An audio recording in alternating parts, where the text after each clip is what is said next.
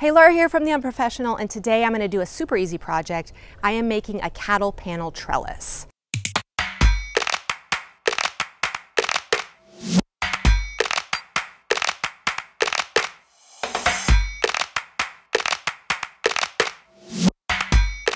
So a cattle panel trellis, they're super functional, they're very sturdy, relatively cheap. My one beef with the cattle panel trellis is that they're not the most attractive trellis. So instead of just making the standard trellis that most people make, I'm actually going to spice it up a bit.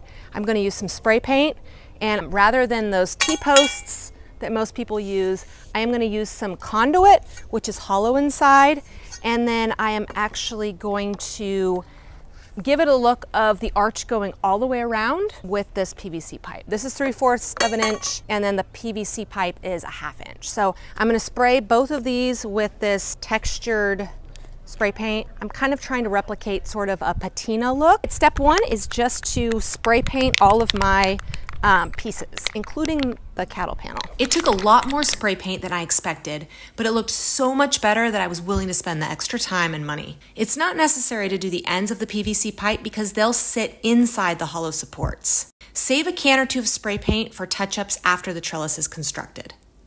Pounding the conduit into the ground was easy with a sledgehammer and a piece of scrap wood. I pounded the posts in a few inches before I even worried about making it plumb. The total height of the posts are 5 feet, although about 1.5 feet sits below the ground and 3.5 feet sit above the ground. My trellis is on a little bit of a slope, so I pounded in the posts on the downside of the hill a little bit less to make them even. The cattle panel is 50 inches across, so I set the posts 46 inches apart on the sides.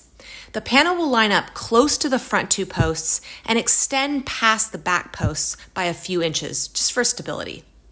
The distance across the bottom of the trellis is 50 inches, and the top of the arch clears 6 feet 9 inches. The spacing and the measurements are pretty forgiving, but I do recommend getting as close as you possibly can just to avoid having to reset a post later on. With the posts securely in the ground, we did a coordinated team lift and placed one side of the panel, then the other, so the tension held the panel in place. We eyeballed it and decided to pound the posts a little more into the ground to keep them plumb.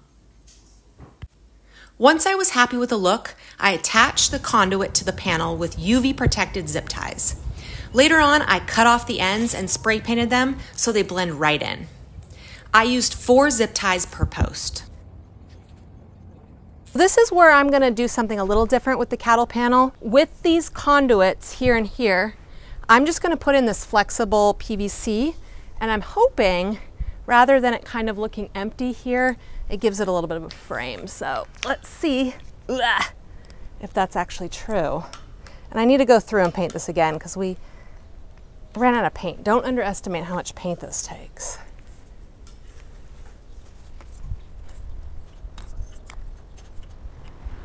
All right, so like I said, I'm gonna go through and have to paint that again. You know, I think it looks kind of cool. I think it would be better if I had used 1 inch conduit and used 3/4 of an inch here. But it is kind of nice. I will give you some after shots when we have been able to grow things, because the problem with the trellis is it never looks good when you first build it. You have to wait for the plants to grow. I secured the PVC to the panel with zip ties, and it really does make a huge difference. I found some solar twinkle lights and planted jasmine and hyacinth bean on one side, and I planted melons, pumpkins, and tomatoes on the other. All said and done, this project was about $100, not including the plants, and to be honest, half of that was spray paint. Hey, this is Laura from The Unprofessional. Thank you so much for watching this video. If you liked it, don't forget to click the like button and subscribe. And if you like this content, you can head over to my website, theunprofessional.com, for more. Ow, I can't take anymore.